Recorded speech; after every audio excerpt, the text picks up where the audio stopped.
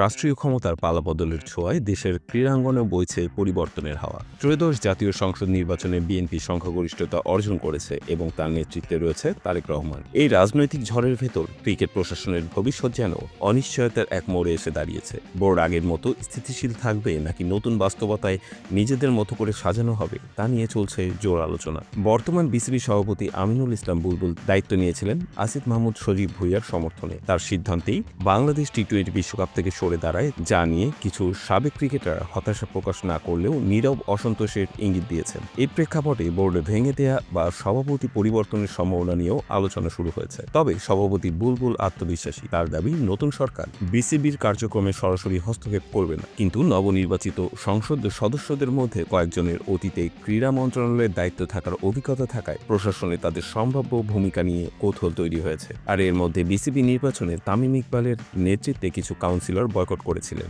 যাদের রাজনৈতিক অবস্থান নিয়ে নানা আলোচনা রয়েছে। তামিম নিজেও নির্বাচনে সরাসরি অংশ নেন। এক পরিচালক মন্তব্য করেন, সরকার বদলানোর পরে কিছু সংশয় স্বাভাবিক, তবে কমিটি হঠাৎ করে ভেঙে দেওয়া সম্ভব নয়। আন্তর্জাতিক বিধিনিষেধ ও দেশের ক্রিকেটের স্বার্থে স্থিতিশীলতা অপরিহার্য। অন্যদিকে সাবেক তারকা ফুটবলার আমিনুল হক নির্বাচনে পরাজিত হয় বিসিবিতে রাজনৈতিক প্রভাব কিছুটা কমতে পারে বলেও অনেকে মনে করছেন। তামিম ইকবালের সঙ্গে তার ঘনিষ্ঠ সম্পর্ক নিয়েও আলোচনা চলছে। প্রায় 16 মাস দায়িত্ব পালনের পর আসিফ মাহমুদ সজীব ভুঁইয়া যুব ক্রীড়া মন্ত্রণালয়ের উপদেষ্টা পদ ছেড়ে দিয়েছেন। তার সঙ্গে সভাপতি বুলবুলের ঘনিষ্ঠতা নিয়েও গুঞ্জন ছিল, যা রাজনৈতিক সমীকরণকে আরও জটিল করেছে। সব মিলিয়ে বিসিবির ভবিষ্যৎ এখন এক অনিশ্চয়তার প্রান্তরে। উত্তেজনা, সংশয় আর প্রত্যাশার এই গল্পে চূড়ান্ত পরিসমাপ্তি লিখবে সময়।